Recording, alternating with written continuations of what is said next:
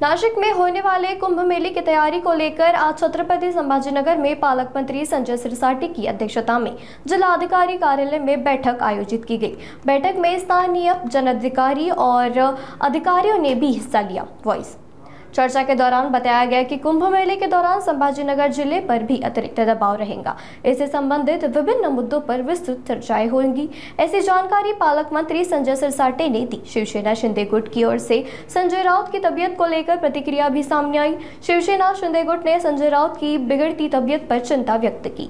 नेताओं ने कहा कि राउत जल्द ही स्वस्थ होंगे, यह हमारी प्रार्थना है, लेकिन साथ ही उन्होंने यह भी कहा यह बीमारी राजनीति से प्रेरित नहीं होनी चाहिए।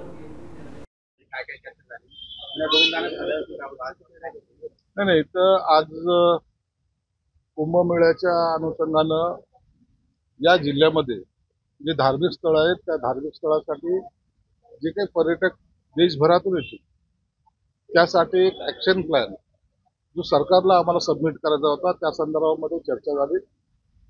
जवळपास 9,000 कोटीचा हा प्लॅन सरकारकडे 5 तारखेला सबमिट होईल। त्या संदर्भामध्ये कुणाच्या काही लोकप्रतिनिधींच्या सूचना आणखीन काही त्यांचं मार्गदर्शन ते घेण्याचा प्रयत्न केला, म्हणून अत्यंत चांगल्या वातावरणात ही बैठक पार पडली। हे शहर जे वाढतं शहर आहे त्याचा प्रचार आणि प्रसार हा देशभरामध्ये झाला पाहिजे, हा त्याच्या मागचा उद्देश होता। आणि येणारे जे काही भाविक आहे त्यांच्या सगळ्या सुविधा इथे आपण कशा देऊ शकतो या संदर्भामध्ये सगळ्या चर्चा विनिमय या ठिकाणी झालेला आहे। संजय राऊत यांची प्रकृती बिघडलेली आहे, गंभीर काहीतरी सूचना लागल्या पाठीमागे। दुसरं म्हणजे 1 वर्षभरानंतर मी तुमच्या भेटलेले आहे, कार्यकर्त्यांना एक पत्र दिलं। संजय राऊतची प्रकृती बिघडली ही दुर्दैवी आहे। त्यांना चांगलं आयुष्य मिळो, लवकर ते आजारातून बरे होत, परंतु हे राजकीय दुःख नसावं, शारीरिक असेल तर ईश्वरासाठी आमची प्रार्थना राहील की ते चांगले राहावेत, 100 वर्ष जगावेत अशी आमची त्यांना शुभेच्छा असणार। मात्र पुढे मोर्चा आहे, ऐनवेळी नेता त्यांचा मोर्चाला कुठेतरी बळ मिळतंय, ते कमी होणार।